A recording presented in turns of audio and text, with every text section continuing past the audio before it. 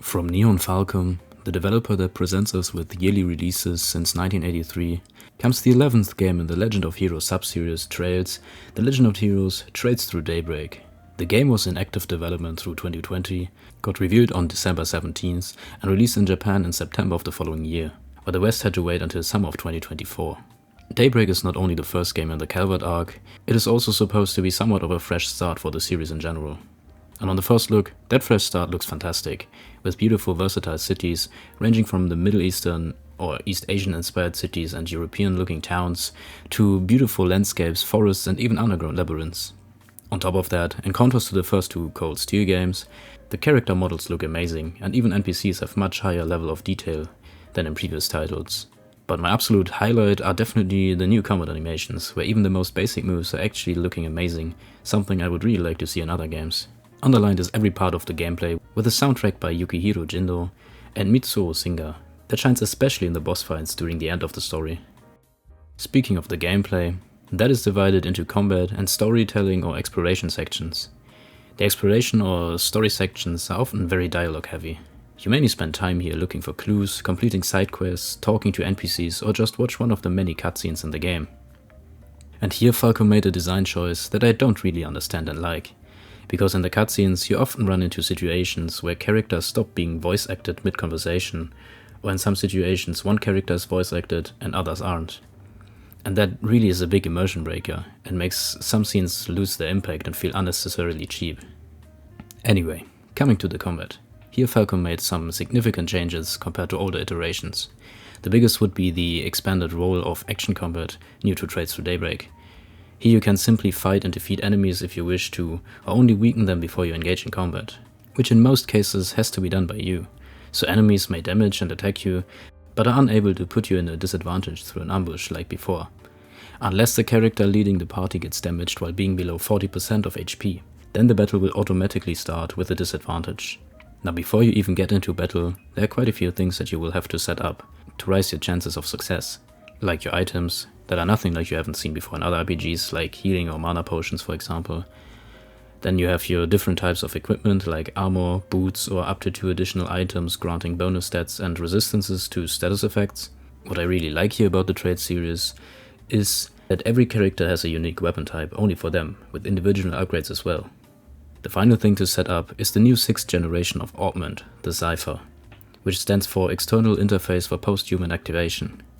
The Cypher can be equipped with the so-called holocore, which is supposed to be a modern, more stronger version of the Master Quartz of previous iterations, that also includes an AI assistant. Further, each holocore has 4 lines of slots for weapon, shield, drive and extra, that can be equipped with quartz, and depending on the quartz elements in each line, earth, water, fire, wind, time, space or mirage, shards will deploy in battle, granting different types of additional effects. Now in the actual combat encounters, you will notice a very welcome change, because walking around the field in battle doesn't cost an action anymore. And another thing, when standing next to your allies during a move, it triggers an assist and they do a follow-up attack if you do a basic attack. Other than that, there's nothing too special here. You can use items, cast arts, or execute crafts that in most cases are unique for each character. And that's about it for the gameplay of Trails Through Daybreak. Now before we come to the story section, I want to give you the chance to skip to the timestamp shown on the screen right now. The game begins with a young blonde girl named Agnes arriving at the odd jobs office of our protagonist Van Arkwright. She tells us about her family and tasks us with helping her find relics created by her grandfather. And because she has funds to pay him, Van agrees and begins asking around town where they meet a shady informant and members of the Bracer Guild. Shortly after their meeting with the shady informant, they try following him to find out what he might be up to and maybe get a new lead. But instead they find him without any sign of life left in his body, inside of an underground hiding place, and Van and Agnes end up being questioned by the police. But besides some suspicion, they have no evidence against the two, so they are free to leave. And while continuing their own search, the two actually come across the first Genesis, and during a fight at the place they find the Genesis at, Van's holocore called Mare allows him to transform into the battlesuit form, the Grendel, for the first time. And with their search actually having a chance to be successful, Agnes offers to work part-time at Arkwright Solutions, where they keep looking for the remaining artifacts. Their first client is a young warrior girl named Farida, who asks for help to find her mentor, who was last seen in a small town, which is why they head there and begin asking around for clues. Here we find out that apparently monsters around town recently show unusual aggressive behavior. And when we try to look for the cause of said behavior, we get to meet the mint-haired man named Melchior, who uses one of the Genesis to cause chaos. Further we find out that Melchior defeated Ferris' mentor and her unit in battle and turned them into aggressive zombie soldiers with the help of the Genesis. And after defeating them, Ferry is faced with the decision to redeem her former friend and master, which she couldn't, so Van steps in her stead. Following this emotional encounter, we get to meet Ferris' father, who leaves his daughter in our care for training after. After some time went by and we took care of some more basic tasks, the next main mission brings us to the hometown of Haywire and a young man named Aaron Way. Here we also encounter the local mafia, and during a foggy event, Aaron's friends end up being robbed of their life. So obviously he wants revenge, and after beating up the men responsible, we find out they were manipulated by the same people that turned Ferris' mentor into a zombie soldier. So they decide to attack Almata's Langport base directly, and to do so they team up with Elaine. Inside, we eventually find our mint-haired friend again. We get to confront him directly for the first time, but he seems way out of our league as of now. So Elaine steps in to hold him off, and we take the chance to flee the scene. Afterwards, we get confronted by a purple-haired woman named Viola, and a blonde man named Alexander. Aaron ends up falling into rage, almost completely losing control, and we find out that Aaron is supposed to become the next Tyrant, a powerful demon that appears in irregular intervals. The demon inside Aaron is awakened with the help of another Genesis, and Van uses the Grendel to keep him under control. But beating him up doesn't help him regain control. Instead, Van holds an uncomfortably cheesy speech as if they were friends for their entire life, even though they just met.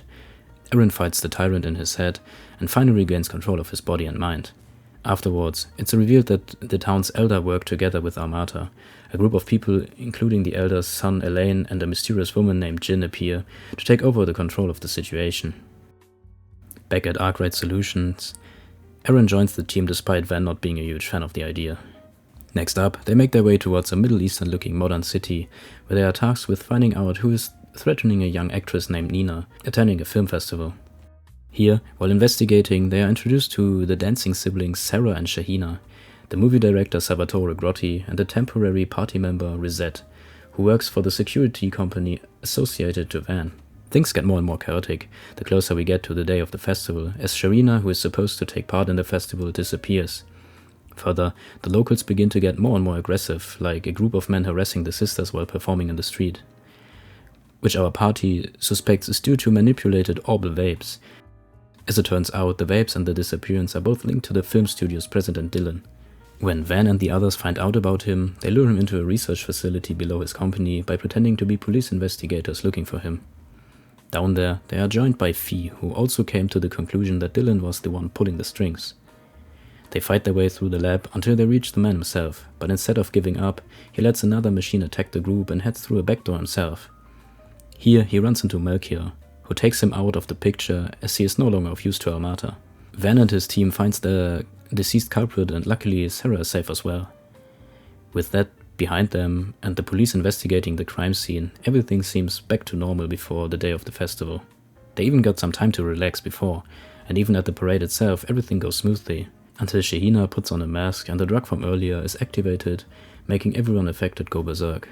Further, Armata has taken over the biggest hotel in the city, from where they control the whole situation. Here our heroes make their way up to the top floor, where they meet up with Grimcat, who found herself backed into a corner. At the top, they are met by Melchior and Gerard Dantes, who uses one of the Genesis discs to manipulate the people who are under the drug's influence. When our heroes try to stop him, he orders the prince and his bodyguard, who have been drugged as well, to attack. After a tough fight, the two are finally defeated, which is until Dantes once again uses his disc's influence to overclock the prince's bodyguard, which causes her to transform into a lion beast. And even after that, Armata still manages to flee, because their leader orders an airship to fire at Van and his team. Luckily, everyone gets out without any major injuries, and we find ourselves back at Arkwright Solutions, where the group is joined by another permanent member, Rosette Twinings. Things are calmer again, until a bracer named Zin the Immovable asks Van to accompany him to an underground black market. Here the two meet some old friends from Van's and Zin's past. They aren't so fond of each other and end up fighting, until, shortly after being joined by the rest of Van's team, they are forced to stop. Right after leaving the underground, they are met by the prince and his bodyguard, who thanks them again and invites them into his limo to talk over a new mission he wants them to take on. They are asked to travel to and investigate the citadel of Basel. that supposedly is a hotspot for technical innovations in the region. There, they are met by Agnes and her classmates that happen to be on a field trip in Basel as well, and the company's CEO and his assistant. They make it more than clear that they actually don't want them to lure around before granting them their visitors' passes. From there, they explore the city and stop the doings of a professor abusing his assistants that also turns out to be involved with Armata again. So to support Van on his mission to stop said professor named Callaghan, the CEO from the beginning grants them a higher level security access card, and his assistant Quatre offers to join our team. While looking for clues on Callaghan's whereabouts, they find out that the subject he is researching actually might be nuclear weapons, and that he is hiding in a nearby canyon. Deep inside the canyon, they find the lab, but before they are able to enter, they are attacked by a giant griffin-like monster, which was actually quite tough to defeat. But after doing so, they can enter the lab and find the professor's notes that state he has had a breakthrough and his research is almost finished. But when the group leaves the building, they find Professor Callaghan face down in a nearby swamp, so we have no chance at finding out if he was able to finish his work. But before they had time to think things through, Agnes gets a call from her classmate Ren, asking them to hurry back as the city is currently under attack. They all head there immediately inside of Van's car and help Renee and the police to bring the civilians to safety before confronting Melchior and the white-haired woman called the Puppeteer or Olympia. The two attack our group, but as it turns out, they were just buying time for a computer to finish its task behind them. That transferred Callaghan's conscious into the virtual world of the Orbital network. Right after that, Melchior and Olympia leave in an airship after activating explosives that are supposed to destroy the facility. Quatre rushes right at them, trying to stop the explosion, but Risette is fast enough to react, pushes him back and takes the explosion's blast instead. Luckily, she doesn't seem to be injured in the classic sense, as her limbs turn out to already be very advanced prosthetics. Still, she is out of the picture for now. Following the incident, Van, Aaron, Agnes and Ferry take part in a meeting with Prince Sharid, the head of the Mardu company Gilliam Thorndike, and the company's head of security Kazim Al-Fayed, who also happens to be Ferry's brother. They talk about their plans to reassure Basil's safety, and the prince tasked Arkwright Solutions officially with stopping Armata's plans. Further, we learn that Risette's body is heavily modified for around a year already, but we don't get to know why as of now. So after their meeting, the group immediately heads over to check on Risette, and are relieved to find her conscious and at least somewhat in a good mood. Following that, it's back to looking for clues on Armata's plans, while completing some side quests. They ultimately find them in an abandoned factory warehouse where a prototype version of the PC Armata blew up is located and used by Callaghan to complete his research. Quatre tries to appeal to Callaghan, but the Puppeteer and Melchior stand in our way once more. Arkwright Solutions manages to defeat them in a tough fight and heads towards the computer, but gets stopped by a humanoid battle mech with the Genesis embedded in its chest, controlled by Callaghan's AI. Ren arrives holding off the two Armata members, while Van and allies fight the Callaghan robot. Upon defeating him, Melchior and Olympia leave the professor behind, with Melchior asking him how it feels that his entire work and life was for nothing in the end. Which ends with Callaghan asking for forgiveness, while Quatre and some of the professors from the Technical Institute of Bern try to save the AI from being shut down forever. But because the prototype is the last computer advanced enough to host Callaghan's digital form, he is forced to meet his fate, fueled with regret for what he has done to his friends and colleagues. Back at home, Arkwright Solutions goes over everything that happened once more, before getting a request from Maxime Lugan, an arrogant and famous race driver, who tells us the story of a woman he once loved that even got pregnant with his child, but left him when she couldn't take his disrespect and cheating anymore. Despite not being too fond of the man, the group agrees to help him, which brings them to a forest where he apparently left a time capsule at the time they were still a couple. And after fighting through a few monsters and reaching the place the time capsule was buried at, it turns out the woman we are looking for is Paulette, the daughter of Van's landlord. Paulette and her father are obviously not too happy to see him again, but they decide to listen to what he has to say. And to spare her from all the chaos, Van and the others offer to take Paulette's daughter Yume with them on a weekend trip to a hot spring. There they spend some time unwinding, with the several activities like making their own wind chimes, tea tasting, and most importantly, bathing in the hot springs. Here they also come across the actress Judith, and find out that Van's holocore is actually able to possess humans, as she takes over Yume to explore the hotel's surroundings. While trying to find the possessed girl, they also come across a blue-haired woman turning out to be a skilled sword fighter, who challenges us to a duel. In the end, she actually doesn't seem to be a threat, at least for now, and Van's AI also realizes her mistake by endangering Yume, and everyone can be brought back to safety. On their way back to their office, they get into heavy traffic, and eventually we get the info that Armata used an unfinished version of the nuclear weapon they were researching in a small village.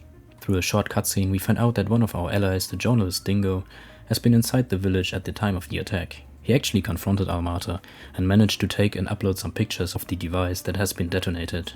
After a few days, with Arkwright Solutions resolved to stop Almata growing further, we get a request from the Ouroboros enforcers Elroy and Lucrezia, who ask us to work for them. Knowing who they are, Van obviously hesitates, but after carefully considering the situation, agrees eventually. After arriving at their destination, Arkwright Solutions finds out that they were by far not the only ones being called there.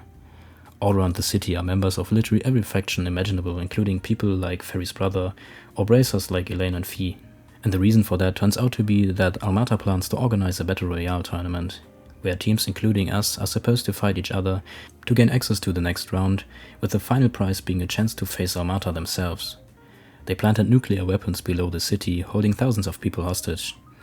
Further, they implemented rules like disallowing anyone to leave obviously, but also to not contact authorities outside of the city or trying to skip ahead and attack Almata directly. But what they did not think of is teaming up, so Van comes up with the plan to ask another squad to join forces. And here you can decide who you want to team up with, and as far as I remember, you get to choose between the Ouroboros enforcers, members of Heiue, and Elaine's squad of bracers. I decided to team up with the bracers, and from there on it's pretty straightforward. You go through 3 rounds of fighting to meet up with the round's boss. The most notable encounter here for me was definitely Olympia, because as soon as her doll artifact breaks, it is revealed that the artifact has been used to suppress her emotions, turning the woman into an emotionless machine doing their dirty work, and when the suppression is lifted, the woman is overwhelmed with years of regret. Anyway, during those 3 rounds, Elaine decided to quit from our group and do some research of her own, which is because she tried to go after Almata's funding, and we quickly find out that the main source of money is Elaine's own father. Now with Elaine's father in custody, it is time to face Dantes, who after a tough fight, found his master in Van and the others and ultimately met his maker. Now that Almata is no more, as most of their members are either in a jail cell or in the afterlife, the only things still on our heroes' minds are the missing Genesis and Melchior still being on the run.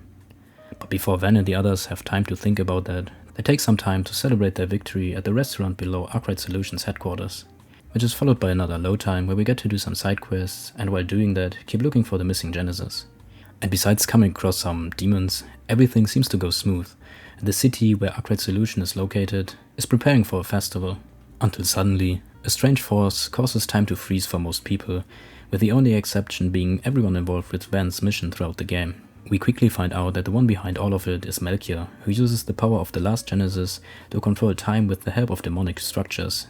Further, he freed or revived all of his allies and trapped most of ours inside of demonic structures or in overrun parts of the city. So Van's mission now is to fight his way through hordes of demons, freeing his allies and destroying Melchior's structures along the way, until ultimately facing Almata in their own tower, and eventually the main man himself. And because a normal fight would be boring, after letting us think we might beat him for a while, Melchior turns himself into a demon himself, which forces Van to sacrifice himself to seal away Melchior inside a parallel universe. But because all of Van's friends and allies, especially all members of Arkwright Solutions, don't even think about giving up on him, they track him down inside this other dimension, defeat the demon sealed inside, and bring back Van to their realm. Now with their friend back to safety and the demons defeated, after a bit of time went by, Arkwright Solutions spoke about their future plans. And while Van didn't seem to be the biggest fan of the idea, they all agreed to come back to the office again after dealing with some personal matters. And that's about it for the story of The Legend of Heroes Threads Through Daybreak. Now first of all, welcome back to everyone skipping the story part. While Falcom made some design choices I cannot really get behind, the music, the world building, the characters and the art style once again create a fantastic atmosphere. The new additions and changes to the gameplay and especially the combat make it feel much more fluent, which I'm a huge fan of. So because this game is more or less a new beginning for the series, despite some reappearing characters, if you are a fan of the series or want to get into it and you're looking for an RPG that can occupy you for weeks or even months, I definitely recommend The Legend of Heroes Threads Through Daybreak. And if you watch until now, first of all, thank you for that. If you have the time to, feel free to share your opinion on the game in the comments. And if you liked the video, maybe consider liking and subscribing, and I hope to see you next time.